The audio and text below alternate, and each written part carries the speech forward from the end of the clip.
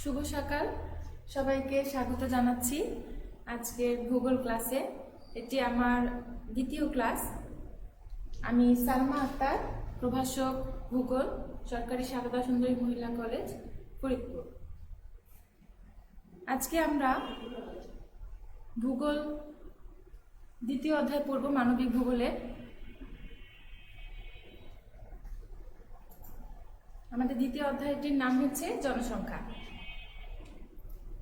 আজকে জনসংখ্যা অধ্যায় থেকে আমরা যে বিষয়গুলো পড়ব সেই বিষয়গুলো এখানে পয়েন্টগুলো দেওয়া আছে। জনসংখ্যার জননৈতিক উপাদান, জনসংখ্যার অভিগমন, অভিগমনের কারণ, ধরন এবং প্রভাব।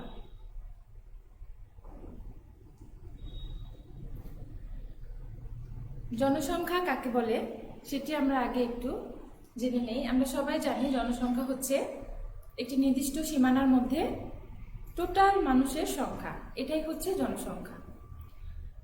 তো আমরা একটি দেশের জনসংখ্যা হতে পারে, একটি মহাদেশের জনসংখ্যা হতে পারে, বা একটি ক্ষুদ্র একটি এলাকার জনসংখ্যা হতে পারে। জনসংখ্যা সম্পর্কিত যত বিষয় আছে আমরা এই অধ্যায়ে সেই বিষয়গুলো বিস্তারিতভাবে আলোচনা করব, এবং এই বিষয়গুলো জানার ফলে আমরা একটি দেশের জনসংখ্যাকে বিভিন্নভাবে অ্যানালাইসিস বা পর্যবেক্ষণ করে বিভিন্ন সমস্যা বের করতে পারবো এবং সেগুলো সমাধান করতে পারবো। জনমিতি কাকে বলে আমরা আগে দেখে নেই। জনসংখ্যার বিভিন্ন দিক বা উপাদান পরিমাপ করে উপস্থাপন করাকেই জনমিতি বলা হয়। আমরা জনসংখ্যার এই বিভিন্ন দিকগুলো কি কি দেখে নেই। এই পয়েন্টগুলো হচ্ছে জনসংখ্যার জনমিতিক উপাদান। এখানে আছে জনসংখ্যার আকার, জন্মহার, মৃত্যুহার, ঘনত্ব, মাথাপিছু আয়, মাথাপিছু ভূমি, জনসংখ্যার বয়স, কাঠামো, অনুপাত, নির্ভরশীলতার অনুপাত, জনসংখ্যার প্রবৃদ্ধি, অভিগমন, জনসংখ্যার বন্টন, নরগোষ্ঠী এবং সামাজিক সাংস্কৃতিক উপাদান। এখানে আমরা একটা একটা করে পয়েন্ট একটু বোঝার চেষ্টা করব। জনসংখ্যার আকার বলতে কি বোঝাচ্ছে? এখানে জনসংখ্যার আকার বলতে টোটাল জনসংখ্যার পরিমাণটাকে বোঝাচ্ছে। এটি প্রতিনিয়তই পরিবর্তনশীল। জনসংখ্যার টোটাল যে বাংলাদেশের জনসংখ্যা, এটি হচ্ছে জনসংখ্যার আকার। এবং আমাদের দেশের জনসংখ্যা যেমন, আবার আমাদের পার্শ্ববর্তী দেশের জনসংখ্যা কেমন, এবং সারা পৃথিবীর জনসংখ্যা কেমন, এবং এটি বিভিন্ন জলবায়ু অঞ্চল ভেদে একটি জনসংখ্যা কেমন, এটি আমরা বোঝার চেষ্টা করব। এরপরে রয়েছে জন্মহার। একটি দেশের জন্মহার আমরা কিভাবে বের করব? জন্মহার বলতে বোঝাচ্ছে প্রতি হাজারে কতজন জীবিত শিশু জন্মগ্রহণ করে এক বছরের মধ্যে, এটি হচ্ছে জন্মহার।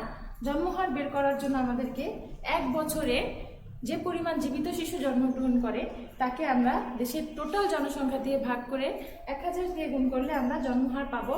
তাহলে আমরা বলতে পারবো যে একটি দেশে এক বছরে 1000 জনে কতজন শিশু, জীবিত শিশু জন্মগ্রহণ করছে। এরপরে রয়েছে মৃত্যুহার। মৃত্যুহারও আমরা একইভাবে এক বছরে টোটাল কি পরিমাণ মৃত্যুবরণ করেছে তাকে আমরা বছরের মধ্যবর্তী জনসংখ্যা দিয়ে ভাগ করে 1000 দিয়ে গুণ করলে আমরা মৃত্যুহার পাচ্ছি।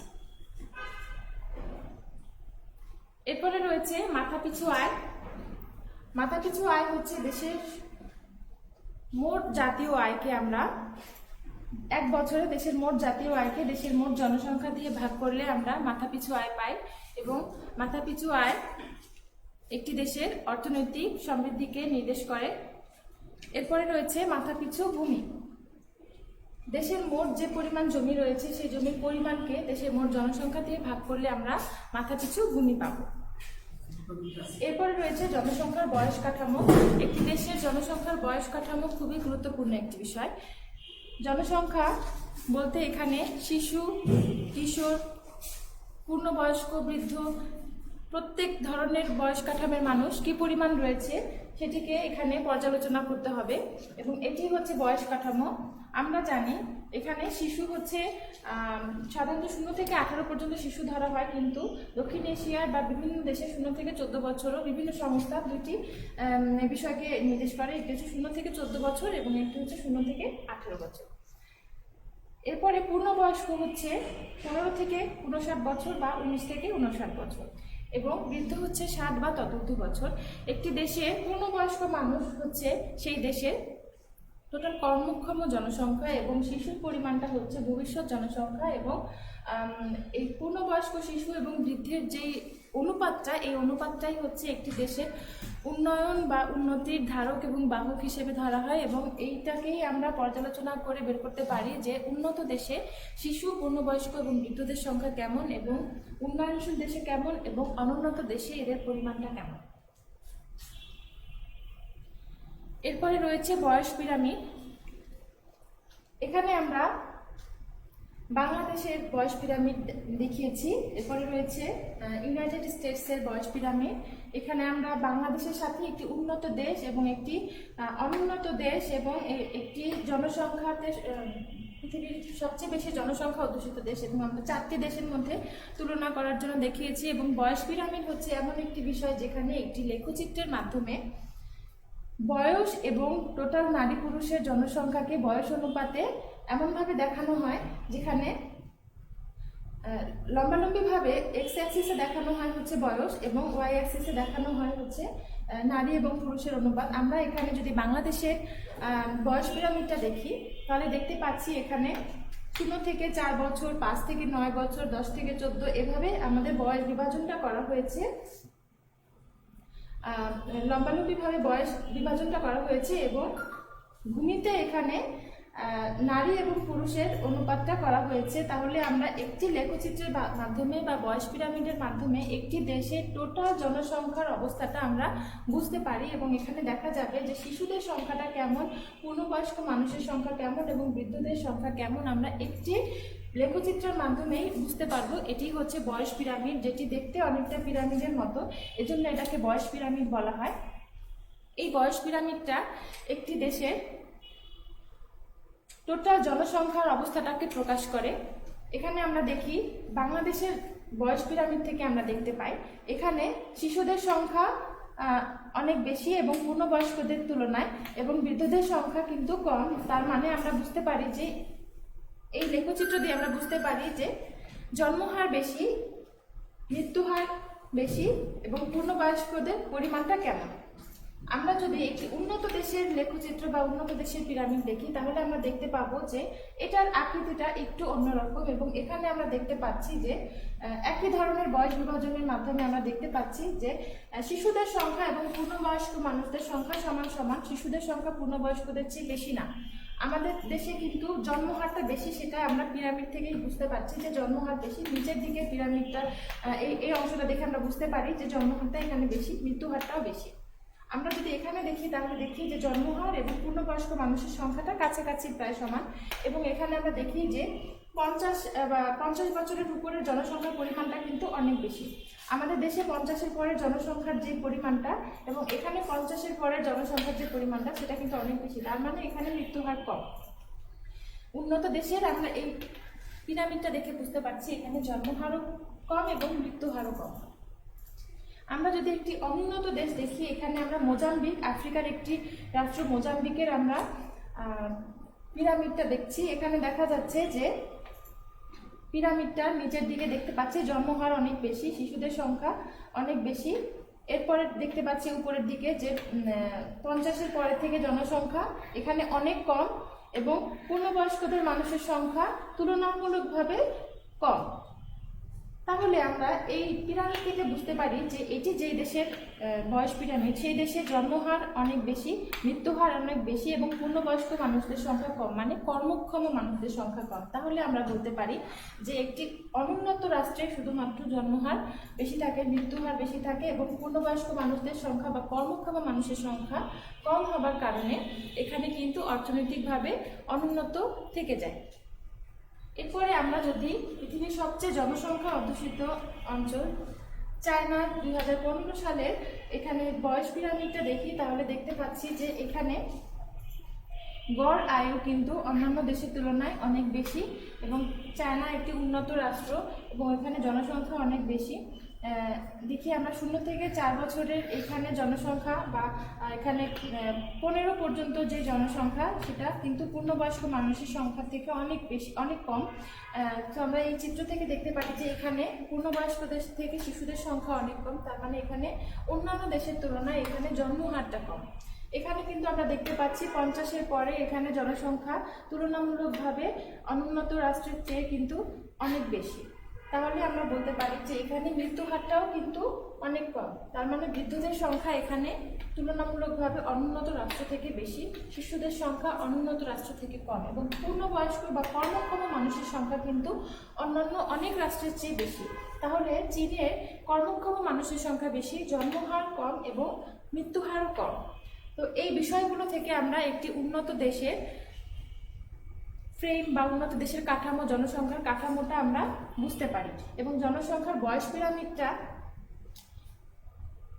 বিভিন্ন রকমের আকৃতির হয়ে থাকে। উন্নত দেশের আকৃতি একরকম, অনুন্নত দেশের আকৃতি একরকম, এবং উন্নয়নশীল দেশের আকৃতি একরকম হয়ে থাকে। এবং এই বয়স পিরামিডটাই শুধুমাত্র একটি দেশের উন্নয়নশীলতার কে নির্দেশ করে থাকে। অনেকাংশেই আমরা এটাকে বুঝতে পারি বা ব্যাখ্যা করতে পারি বয়স পিরামিড থেকে। এবং বয়স পিরামিডের পরে আমরা এই একই চিত্র থেকে আমরা নারী পুরুষের অনুপাত এবং নির্ভরশীলতার অনুপাত, যেটি জনসংখ্যার জনভিত্তিক উপাদানের মধ্যে রয়েছে, সেই বিষয়গুলো আমরা এই একই চিত্র থেকে বোঝার চেষ্টা করব। আমরা এতক্ষণ বয়স পিরামিড বোঝার চেষ্টা করলাম, যেটি জনসংখ্যার জনভিত্তিক উপাদান। এরপরে আমরা যে পয়েন্টটি রয়েছে সেটি হচ্ছে নারী পুরুষের অনুপাত। একটি দেশের নারী পুরুষের অনুপাত হচ্ছে আমাদের দেশে যেমন 100:103, প্রতি 100 জন নারী এবং 103 জন পুরুষ রয়েছেন, এরকম অনুপাত রয়েছে। তাহলে আমরা এখান থেকেও কিন্তু আমরা নারী পুরুষের অনুপাতটা বোঝার চেষ্টা করতে পারি যে একটি দেশের পুরুষের সংখ্যা এবং নারীর সংখ্যা কেমন, সেটি এই চিত্র থেকেও কিন্তু বোঝা যায় যে কোন বয়সের জনসংখ্যায় নারীর সংখ্যা বেশি এবং পুরুষের সংখ্যা বেশি বা কম। তো আমরা নারী পুরুষের অনুপাতের পরে আমরা দেখতে পাচ্ছি নির্ভরশীলতার অনুপাত। নির্ভরশীলতার অনুপাত বলতে এখানে বোঝাচ্ছে একটি দেশের জনসংখ্যায় পূর্ণবয়স্ক মানুষ বাদে, যারা কর্মক্ষম মানুষ তারা বাদে, শিশুদের সংখ্যা এবং বৃদ্ধদের সংখ্যা। শিশুরা এবং বৃদ্ধরা হচ্ছে পূর্ণবয়স্ক মানুষের উপর নির্ভরশীল থাকে, এবং এই শিশুরা এবং বৃদ্ধরা কি পরিমাণ আছে পূর্ণবয়স্ক মানুষের অনুপাতে, সেটি হচ্ছে নির্ভরশীলতার অনুপাত। একটি দেশের নির্ভরশীলতার অনুপাতও সেই দেশের উন্নয়নশীলতাকে নির্দেশ করে অনেকাংশে। তো আমরা নির্ভরশীলতার অনুপাতটা কিভাবে বের করতে পারি? দেশের মোট শিশুদের সংখ্যা এবং বৃদ্ধদের সংখ্যাকে যোগ করে আমরা টোটাল পূর্ণবয়স্ক মানুষের সংখ্যা দিয়ে ভাগ করলে আমরা নির্ভরশীলতার অনুপাত পাবো। আমরা দেখি এখানে নির্ভরশীলতার অনুপাতটা দেখি, এখানে আমরা দেখতে পাচ্ছি বাংলাদেশের এখানে পূর্ণবয়স্ক মানুষের সংখ্যা এবং শিশুদের সংখ্যাটা কেমন হতে পারে, এবং টোটাল পূর্ণবয়স্ক মানুষের সংখ্যার তুলনায় শিশুদের সংখ্যা এবং বৃদ্ধদের সংখ্যা বেশি। আমরা যদি অনুন্নত রাষ্ট্র মোজাম্বিকে দেখি, তাহলে দেখি এখানে বৃদ্ধদের সংখ্যা একেবারেই কম বা পূর্ণবয়স্ক মানুষের সংখ্যা একেবারেই কম, যেহেতু এটি একটি অনুন্নত রাষ্ট্র এবং অনুন্নত রাষ্ট্রে সাধারণত শিক্ষার হার কম থাকে, চিকিৎসা ব্যবস্থা অনেক অনুন্নত থাকে, এবং অর্থনৈতিকভাবে অনুন্নত দেশগুলোর এজন্য মৃত্যু হার অনেক বেশি থাকে। তার মানে আমরা এই চিত্র থেকে দেখতে পাচ্ছি যে এই অনুন্নত রাষ্ট্রটিতে মৃত্যু হার অনেক বেশি, তার মানে এখানে চিকিৎসা ব্যবস্থা বা জীবনযাত্রার মান অনুন্নত এবং চিকিৎসা ব্যবস্থা উন্নত নয়, যে কারণে এখানে গড় আয়ুটা কম। এখানে বৃদ্ধদের সংখ্যা কম, পূর্ণবয়স্ক মানুষের সংখ্যা কম এবং শিশুদের সংখ্যা অনেক বেশি, এবং পূর্ণবয়স্ক মানুষের সংখ্যা অন্যান্য অনেক দেশের তুলনায় অনেক কম। তাহলে আমরা এই চিত্র থেকে কিন্তু নির্ভরশীলতার অনুপাতটা আমরা বুঝতে পারছি যে কি পরিমাণ মানুষ নির্ভরশীল আছে, কর্মক্ষম মানুষের তুলনায় নির্ভরশীল মানুষের সংখ্যা বেশি। আমরা যদি উন্নত রাষ্ট্র দেখি তাহলে দেখতে পাচ্ছি যে কর্মক্ষম মানুষের সংখ্যা অনেক বেশি। এখানে আমরা যদি 20 বছরের পরের থেকে আমরা এখানে 65 বছর 7 বছর পর্যন্ত দেখি, তাহলে আমরা দেখতে পাচ্ছি যে নির্ভরশীল মানুষের সংখ্যার তুলনায় কর্মক্ষম মানুষের সংখ্যা অনেক বেশি। তার মানে হচ্ছে উন্নত রাষ্ট্রগুলোতে কর্মক্ষম মানুষের সংখ্যা বেশি এবং নির্ভরশীল মানুষের সংখ্যা কর্মক্ষম মানুষের তুলনায় কম। আমরা যদি আমাদের দেশের দিকে দেখি তাহলে দেখি যে এখানে জন্মহার বেশি, মৃত্যুহার জন্মহারের তুলনায় বা পূর্ণবয়স্ক মানুষ এবং শিশুদের তুলনায় অনেক অ্যাভারেজ রেটে রয়েছে। এখানে শিশুদের সংখ্যা এবং পূর্ণবয়স্ক মানুষের সংখ্যার অনুপাতটা কাছাকাছি এবং মৃত্যুহারটাও মোটামুটি এখানে বেশি। তাহলে আমরা এখানে দেখতে পাচ্ছি যে পূর্ণবয়স্ক মানুষের অনুপাতে নির্ভরশীল মানুষের সংখ্যাটা অনেকটা কাছাকাছি রয়েছে। আমরা এই বয়স পিরামিড থেকেই তাহলে আমরা একই সাথে বয়স কাঠামো বুঝতে পারছি, বয়স পিরামিড বুঝতে পারছি, নারী পুরুষের অনুপাত বুঝতে পারছি এবং নির্ভরশীলতার অনুপাতও বুঝতে পারছি। এরপরে রয়েছে জনসংখ্যার বন্টন। জনসংখ্যার বন্টন বলতে এখানে বোঝাচ্ছে একটি দেশের জনসংখ্যা কোন অঞ্চলে কেমন, এটি হচ্ছে জনসংখ্যা বন্টন। একটি দেশের সকল অঞ্চলে জনসংখ্যা একই রকম থাকে না, কোনো অঞ্চলে জনসংখ্যা বেশি থাকে, কোনো অঞ্চলে জনসংখ্যা কম থাকে। যেমন আমরা জানি এটি হচ্ছে পাহাড়ি অঞ্চল, পাহাড়ি অঞ্চলে জনসংখ্যা কম থাকবে এবং প্রতিটি দেশের রাজধানীতে জনসংখ্যা বেশি থাকবে। আমরা দেখতে পাচ্ছি রাজধানীতে জনসংখ্যা বেশি।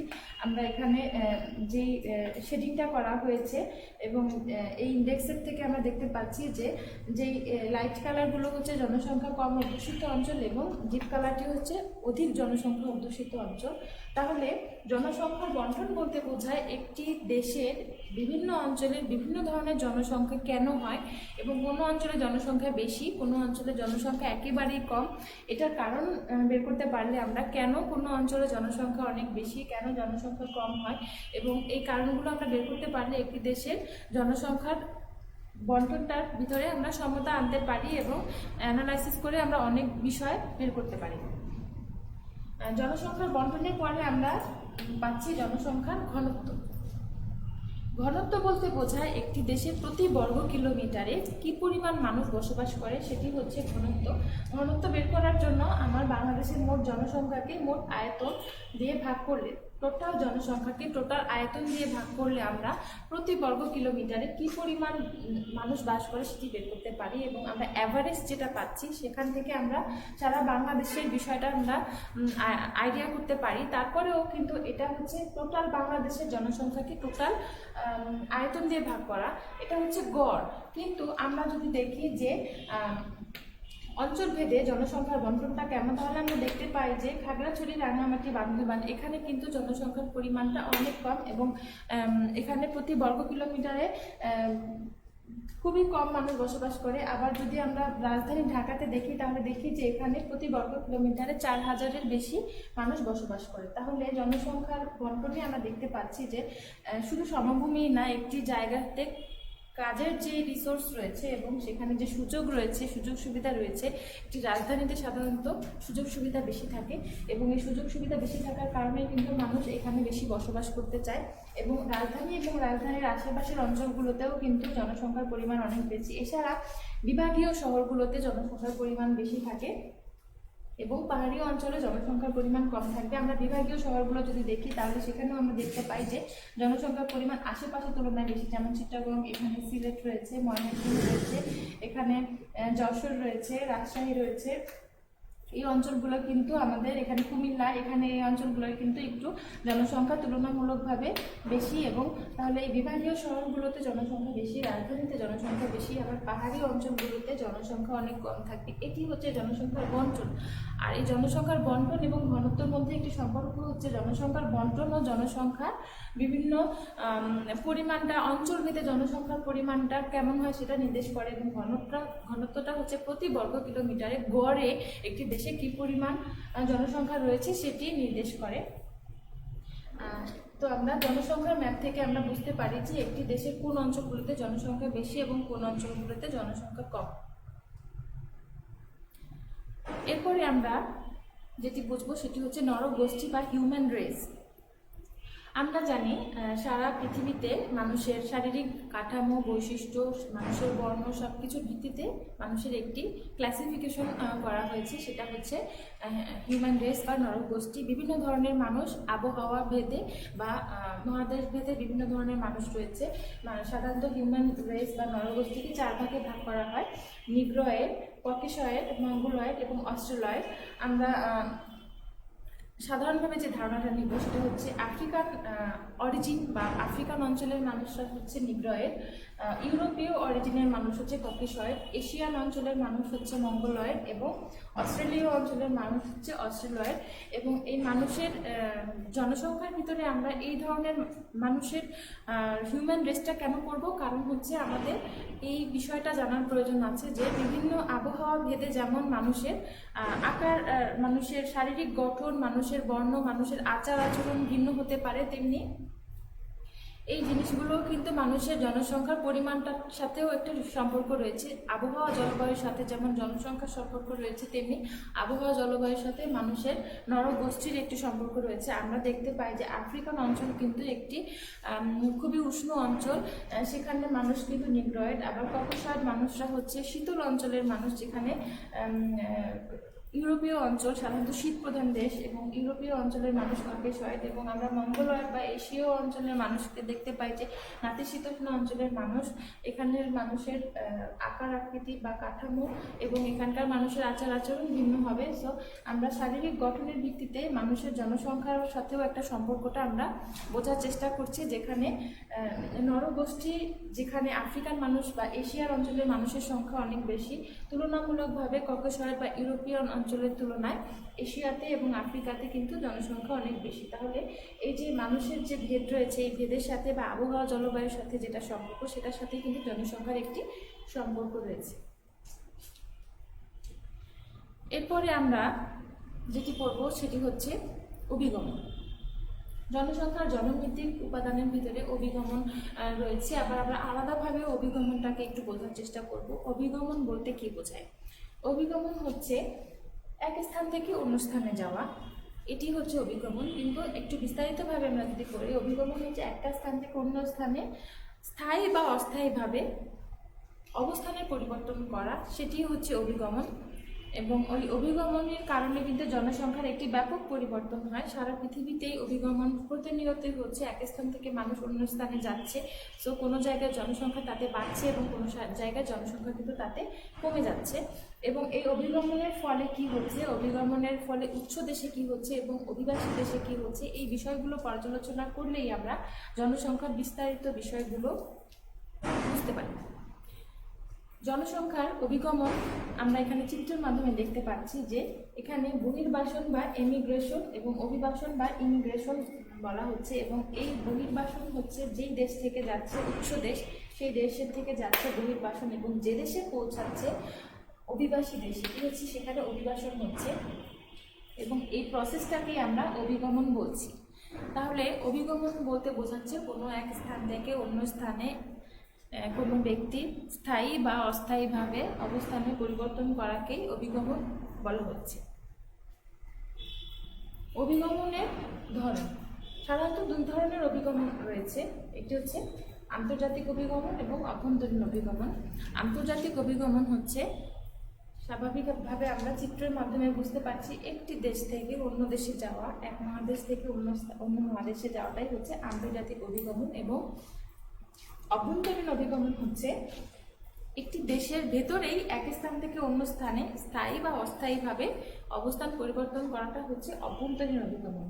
আমাদের দেশের বিপুল পরিমাণ মানুষ অভিগমনের মাধ্যমে বাইরের দেশে কর্মে নিয়োজিত আছে, এবং যে কারণে কিন্তু আমাদের দেশের জনসংখ্যার একটি বিশাল অংশ কর্মক্ষম মানুষ তাদের রেমিটেন্সগুলো বা আর্থিকভাবে আমাদের দেশে উন্নয়নে কাজে লাগছে। আন্তর্জাতিক অভিগমন সম্পর্কে আমরা একটু দেখি। আমরা আন্তর্জাতিক অভিগমনের কারণে যাচ্ছি। অভিগমনের কারণ, আন্তর্জাতিক অভিগমনটা কেন হয়, আমরা প্রত্যেকটাই বোঝার চেষ্টা করব। আন্তর্জাতিক অভিগমনের কারণটা কি? আসলে এখানে দুই ধরনের কারণ হতে পারে। একটি হচ্ছে আকর্ষণজনিত কারণ এবং বিকর্ষণজনিত কারণ। যেহেতু এখানে দুটি দেশের বিষয় রয়েছে অভিগমনে, আকর্ষণজনিত কারণে আমরা সাধারণত যে দেশে যাচ্ছি সেই দেশের প্রতি আকর্ষণ অনুভব করে থাকি বিভিন্ন কারণে, এবং বিকর্ষণজনিত কারণে আমরা যে দেশ থেকে যাচ্ছি সেই দেশের বিকর্ষণজনিত কারণ আমরা দেখতে পাবো। অভিগমনের ফলে বা এক স্থান থেকে অন্য স্থানে যে আমরা যাচ্ছি, সেখানে যে দেশে যাচ্ছি সেই দেশে আমরা কোনো নির্দিষ্ট একটি কারণে যাচ্ছি। আমরা সাধারণত উচ্চশিক্ষা গ্রহণের জন্য এক দেশ থেকে আরেক দেশে যেতে পারি, বা নতুন কোনো চাকরির সুযোগের কারণে, বা অধিক উপার্জনের কারণে, উন্নত জীবনযাপনের কারণে, বা বিভিন্ন ধরনের সাংস্কৃতিক, জাতীয়, ধর্মীয়গত কারণে আমরা এক স্থান থেকে অন্য স্থানে যেতে পারি, বা এক দেশ থেকে অন্য দেশে আমরা যেতে পারি। এবং বিকর্ষণজনিত কারণগুলো কি? বিকর্ষণজনিত কারণগুলো হচ্ছে স্বদেশে উচ্চশিক্ষার অভাবের কারণে, চাকরির বা উন্নত সুযোগ ইত্যাদির অভাবের কারণে, যুদ্ধ বিগ্রহ, দেশ বিভাগ, রাজনৈতিক বিশৃঙ্খলার কারণে। সাধারণত উন্নয়নশীল দেশগুলোর জনসংখ্যা অধিক যেখানে থাকে সেখানে চাকরি, সুযোগ সুবিধা, অন্যান্য সুযোগ সুবিধা ইত্যাদি কম থাকার কারণে উন্নয়নশীল দেশগুলো থেকে সাধারণত বিপুল পরিমাণ শ্রম উন্নত দেশের শিল্পে নিয়োজিত থাকে। তো এই শিল্পের উন্নত দেশগুলোর কিন্তু বিপুল পরিমাণ শ্রম আমাদের দেশের মতো বা আরও অন্যান্য দেশের মতো উন্নয়নশীল দেশগুলো কিন্তু শ্রমটাকে এখান থেকে পাঠাচ্ছে, এবং এই কারণে কিন্তু যেই দেশে যাচ্ছে সেই দেশের বিভিন্ন ধরনের সুযোগ সুবিধা পাচ্ছে। এছাড়া অনেকে উচ্চশিক্ষা গ্রহণ করার জন্য এক দেশ থেকে আরেক দেশে বিভিন্ন ধরনের স্কলারশিপ বা অন্য কোনো কারণে কিন্তু অভিগমন করে থাকে, এবং এই অভিগমনের ফলে কিন্তু উচ্চ দেশের যদি বিপুল পরিমাণ শ্রম যদি উচ্চ দেশ থেকে যেয়ে থাকে, সেক্ষেত্রে কিন্তু সেই শ্রমের আর্থিক যে সুবিধাটা সেটি কিন্তু দেশটিতে পাওয়া যায়। এবং আমাদের দেশের যে টোটাল আয়ের উৎস, সেখান থেকে কিন্তু আমরা জানি যে রেমিটেন্স আমাদের দেশের আয়ের একটি অনেক বড় উৎস, এবং আমাদের দেশের এই বিপুল পরিমাণ শ্রম কিন্তু আমাদের বিদেশ থেকে বা বাইরের দেশ থেকে যে রেমিটেন্স পাঠাচ্ছে সেখান থেকেও কিন্তু আমাদের দেশে এই আর্থিক উন্নয়নটা হচ্ছে। এবং আমাদের পোশাক শিল্পের পরে কিন্তু আমরা জানি আমাদের রেমিটেন্স হচ্ছে দ্বিতীয় উৎস আয়ের। তাহলে অভিগমনের ফলে কিন্তু যে দেশে যাচ্ছে সে দেশেরও সুবিধা হচ্ছে, যে দেশ থেকে যাচ্ছে সে দেশেরও সুবিধা হচ্ছে। আবার এখানে কিছু কিছু নেগেটিভ কারণও আছে। কোনো কোনো অঞ্চলে দেখা যায় রাজনৈতিক বিশৃঙ্খলা বা ধর্মীয় বা জাতিগত বিশৃঙ্খলার কারণেও কিন্তু হয়। যেমন আমরা জানি আমাদের মুক্তিযুদ্ধের সময় কিন্তু 1971 সালে বিপুল পরিমাণ মানুষ কিন্তু এই যুদ্ধ বিগ্রহ এই দেশের থেকে কিন্তু আমাদের পার্শ্ববর্তী দেশে আশ্রয় গ্রহণ করেছিল, এবং এটিও কিন্তু এক ধরনের অভিগমন যেটা দেশ ভাগের কারণে এক সময় হয়েছিল। আমরা জানি 1947 সালে যে উপমহাদেশের যে বিভাজনটা হয়েছিল সেই বিভাজনের কারণে কিন্তু আমাদের এখানেও কিন্তু অভিগমন হয়েছিল, এখানে স্থায়ী অভিগমন হয়েছিল, এবং আমাদের দেশ বিভাগের সময় হয়েছিল, এবং আমাদের 1971 সালে মুক্তিযুদ্ধের সময় কিন্তু অভিগমন হয়েছিল। তো এটি হচ্ছে বিভিন্ন রাজনৈতিক বিশৃঙ্খলা, দেশ বিভাগ, যুদ্ধ বিগ্রহ, এটি একটি কারণ। বা আমরা এখন বলতে পারি যে প্যান্ডেমিক বা এই করোনা প্যান্ডেমিকের কারণেও কিন্তু বিভিন্ন সময়ে মানুষ নিজ দেশে, যারা বিভিন্ন অন্যান্য দেশে কর্মে নিয়োজিত থাকতো তারা কিন্তু নিজ দেশে ফেরত চলে এসেছে। যারা আমাদের দেশের বিপুল পরিমাণ মানুষ কিন্তু বাইরের দেশে যারা কর্মে নিয়োজিত ছিল তারাও কিন্তু এই প্যান্ডেমিকের কারণে নিজ দেশে চলে এসেছে, তাদেরও কিন্তু কর্ম বন্ধ হয়ে গেছে। এবং এরকম অন্যান্য দেশেও কিন্তু যারা আমাদের দেশে ছিল, অন্যান্য দেশের নাগরিক, তারাও কিন্তু যার যার নিজ দেশে অনেকেই চলে গিয়েছে। এটিও কিন্তু এক ধরনের অভিগমন। স্থানের পরিবর্তন স্থায়ী বা অস্থায়ীভাবে সেটাই কিন্তু অভিগমন। তাহলে অভিগমনের কারণে কিন্তু সারা পৃথিবীতেই কিন্তু জনসংখ্যার একটি ব্যাপক পরিবর্তন হচ্ছে, কোথাও সুবিধা হচ্ছে, কোথাও অসুবিধা হচ্ছে, এবং কোথাও কিন্তু এই অভিগমনের কারণে জনসংখ্যার পরিবর্তন হচ্ছে, কোথাও আর্থিক সমৃদ্ধি হচ্ছে, কোথাও আর্থিক বিশৃঙ্খলা তৈরি হচ্ছে। বিভিন্ন ধরনের এই বিষয়গুলো আমরা অভিগমনের বিষয়টা যদি আমরা বিস্তারিতভাবে জানি তাহলে আমরা বুঝতে পারবো যে পৃথিবীর কোন অঞ্চলের অভিগমন বেশি হচ্ছে, কোন অঞ্চলে অভিগমন কম হচ্ছে, অভিগমন কেন কম হচ্ছে, কেন বেশি হচ্ছে। এই বিষয়গুলো যদি আমরা বোঝার চেষ্টা করি তাহলে কিন্তু আমরা এই জনসংখ্যাটাকে বা অভিগমনটাকে নিয়ন্ত্রণ করতে পারবো। যদি দেখা যায় যে একটি দেশ থেকে বিপুল পরিমাণ অভিগমন হচ্ছে তখন কিন্তু সেই কারণটা উদ্ঘাটন করে সেই অভিগমনটাকে নিয়ন্ত্রণ করা যায়। বা কোনো একটি অঞ্চলে অভিগমন প্রয়োজন রয়েছে কিন্তু হচ্ছে না, কেন হচ্ছে না সেটিও কিন্তু আমরা বের করে এভাবে পর্যবেক্ষণ করে আমরা বের করতে পারি যে অভিগমন প্রয়োজন কোথায় এবং কোথায় প্রয়োজন না, কোথায় নিয়ন্ত্রণ করা দরকার, কিভাবে ব্যালেন্স করা দরকার, এবং এটাকে কিভাবে আরও অধিক সুযোগ সুবিধার দিকে নেওয়া যায় সেটিও কিন্তু আমরা বুঝতে পারি। এরপরে রয়েছে অভ্যন্তরীণ অভিগমন। অভ্যন্তরীণ অভিগমন আমরা দেখেছিলাম কোনো একটি দেশের ভিতরে এক স্থান থেকে অন্য স্থানে অভিগমন সেটি হচ্ছে অভ্যন্তরীণ অভিগমন। অভ্যন্তরীণ অভিগমন বিভিন্ন রকমের হতে পারে। যেমন আমরা এখানে দেখছি পল্লী নগর অভিগমন, নগর পল্লী অভিগমন, পল্লী পল্লী অভিগমন এবং নগর নগর অভিগমন। সাধারণত পল্লী বলতে এখানে গ্রামটাকে বোঝাচ্ছে, নগর বলতে শহরটাকে বোঝাচ্ছে। তাহলে গ্রাম থেকে শহরে যে অভিগমন হচ্ছে, শহর থেকে গ্রামে হচ্ছে, গ্রাম থেকে গ্রামে হচ্ছে এবং শহর থেকে শহরে হচ্ছে। এই 4 ধরনের অভিগমন হচ্ছে, কোনটি কম হয় কোনটি বেশি হয়, কিন্তু এই 4 ধরনের অভিগমন হয়ে থাকে। তো আমরা সাধারণভাবে একটি বোঝার চেষ্টা করি যে গ্রাম থেকে শহরে অভিগমন কেন হয়। গ্রামে সাধারণত শহরে সুযোগ সুবিধা বেশি থাকে, চাকরির সুযোগ সুবিধা বেশি থাকে এবং অন্যান্য জীবনযাপনের সুবিধা বেশির কারণে মানুষ বিপুল পরিমাণে মানুষ গ্রাম থেকে শহরে অভিগমন করে থাকে। এর ফলে কি হয়, গ্রামের জনসংখ্যা কম হয় এবং শহরের জনসংখ্যা বেশি হয়। যেমন আমরা বাংলাদেশের একটি ম্যাপে দেখেছিলাম, জনসংখ্যার ঘনত্বের ম্যাপে দেখেছিলাম যে রাজধানীতে জনসংখ্যার পরিমাণ বেশি, বিভাগীয় শহরগুলোতে জনসংখ্যার পরিমাণ বেশি। তাহলে আমরা বলতে পারি যে গ্রাম থেকে যে দেশে জনসংখ্যার পরিমাণ অনেক বেশি, সেখানে বিপুল পরিমাণ মানুষ গ্রাম থেকে শহরে কাজের জন্য বা নিজের আর্থিক সুযোগ সুবিধার জন্য, জীবনযাপন উন্নত করার জন্য সাধারণত, বা ছেলে মেয়েদের পড়ালেখার জন্য কিন্তু গ্রাম থেকে শহরে অভিগমন করে থাকে। এবং ঠিক উল্টোটাও কিন্তু দেখা যায় আবার নগর পল্লী অভিগমন বা শহর থেকে গ্রামে অভিগমন। শহর থেকে গ্রামে অভিগমন একটু অন্যরকম শুনতে লাগলেও কিন্তু এটা হয়ে থাকে। সাধারণত শহর অঞ্চলের পরিবেশ দূষণটা একটু বেশি থাকে অধিক জনসংখ্যার কারণে, এবং অতি দূষণের কারণে কিন্তু অবসরকালীন মানুষজন সাধারণত গ্রামে অভিগমন করে থাকে। আমরা জানি যে যেখানে জনসংখ্যা বেশি থাকে সেখানে পলিউশন বা দূষণও অনেক বেশি থাকে, এবং অধিক জনসংখ্যার কারণে কিন্তু অনেক মানুষ একটু নিরিবিলি জীবনযাপন করার জন্য বা একটু প্রাকৃতিক বিশুদ্ধ পরিবেশে থাকার জন্যও কিন্তু মানুষ অভিগমন শহর থেকে গ্রামে অভিগমন করে থাকে। তাহলে শহর থেকে গ্রামে অভিগমনটার পরিমাণটা একটু কম হয়ে থাকে, কিন্তু হয়ে থাকে। এরপরে রয়েছে গ্রাম থেকে গ্রামে অভিগমন বা পল্লী পল্লী অভিগমন, গ্রাম থেকে গ্রামে অভিগমন। গ্রাম থেকে গ্রামে সাধারণত অভিগমন হয়ে থাকে, যেমন একটি অঞ্চলে যদি কোনো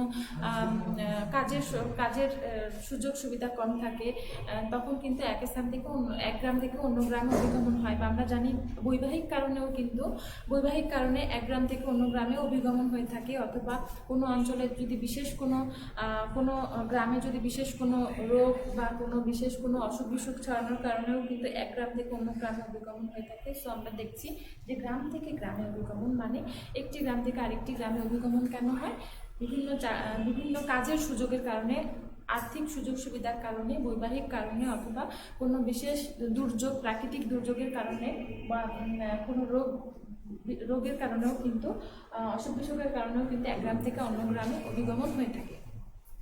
এরপরে রয়েছে নগর নগর অভিগমন বা একটা শহর থেকে আরেকটা শহরে অভিগমন।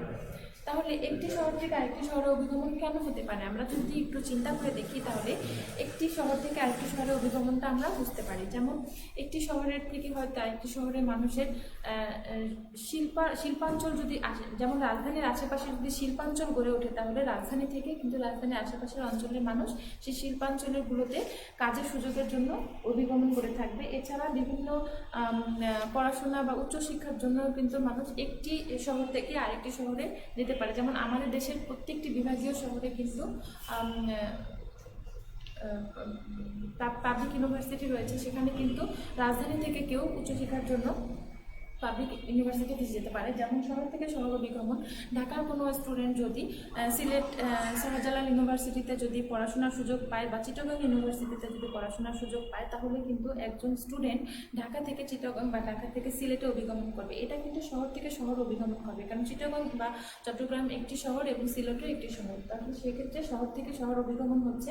তাহলে আমরা দেখতে পাচ্ছি অভ্যন্তরীণ অভিগমনের কারণে আমাদের শহর থেকে গ্রামে অভিগমন হচ্ছে, গ্রাম থেকে শহরে অভিগমন হচ্ছে, বা শহর থেকে শহরে অভিগমন হচ্ছে। এবং এর ফলে কিন্তু একটি দেশের জনসংখ্যার কিন্তু একটু অঞ্চল ভিত্তিক পরিবর্তন হচ্ছে, কোনো অঞ্চলে কম হচ্ছে, কোনো অঞ্চলে বেশি হচ্ছে, এবং এটি প্রতিনিয়তই হচ্ছে।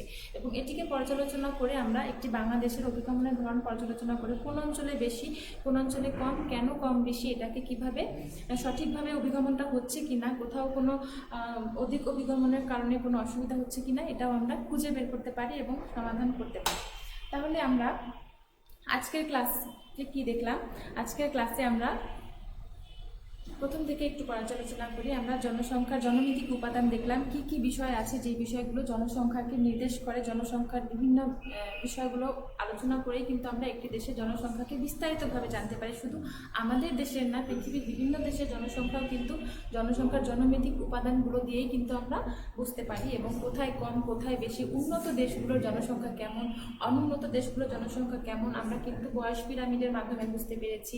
আমরা কিন্তু বয়স পিরামিড দিয়ে কিন্তু একটি উন্নয়নশীল দেশ, উন্নত দেশের জনসংখ্যা কেমন হয়, কি কোন দিকে নেওয়া উচিত সেটা বুঝতে পারি। যেমন জন্মহার যে দেশে বেশি, মৃত্যু হার যে দেশে বেশি, সেই দেশে কিন্তু উন্নত হবে না। সেক্ষেত্রে আমাদের কিন্তু উন্নত চিকিৎসা ব্যবস্থা বা আধুনিক প্রযুক্তি ব্যবস্থা থাকলেই কিন্তু একটি দেশের গড় আয়ু বেড়ে যায় এবং মৃত্যু হার কমে যায়, এবং যে দেশে শিক্ষার হার বেশি সে দেশে শিশুর জন্মের হারও কিন্তু নিয়ন্ত্রিত থাকে, অনিয়ন্ত্রিত থাকে না, এবং কর্মক্ষম মানুষের পরিমাণ বেশি থাকে। ফলে দেশ আর্থিক সমৃদ্ধির দিকে এগিয়ে যায়। তাহলে একটি ওভার পপুলেটেড বা জনসংখ্যার বিস্ফোরিত অঞ্চলকে কিভাবে একটি নিয়ন্ত্রিত জনসম্পদ অঞ্চলের দিকে নেওয়া যায়, সেটি কিন্তু আমরা এই জনসংখ্যার জনমিতিক উপাদানগুলো পর্যালোচনা করে পাই। এছাড়া আমরা অভিগমন করেছি, অভিগমন কয় ধরনের হয় এবং অভিগমনের ফলে কি ধরনের পরিবর্তন উৎস দেশে হয় এবং অভিবাসী দেশে হয় সেটা দেখেছি, এবং সারা পৃথিবীর অভিগমন করে আমরা জনসংখ্যাকে কিভাবে একটি জনসম্পদের দিকে নিতে পারি সেটি বুঝতে পারবো। তো ধন্যবাদ তোমাদেরকে আজকে ক্লাস দেখতে মনোযোগ দেওয়ার জন্য। আগামী ক্লাসে দেখা হবে ইনশাআল্লাহ। সবাই ভালো থাকবে, সুস্থ থাকবে এবং নিরাপদে থাকবে, বাসায় থাকবে। করোনাকালীন সময় সবাই ভালো থাকবে।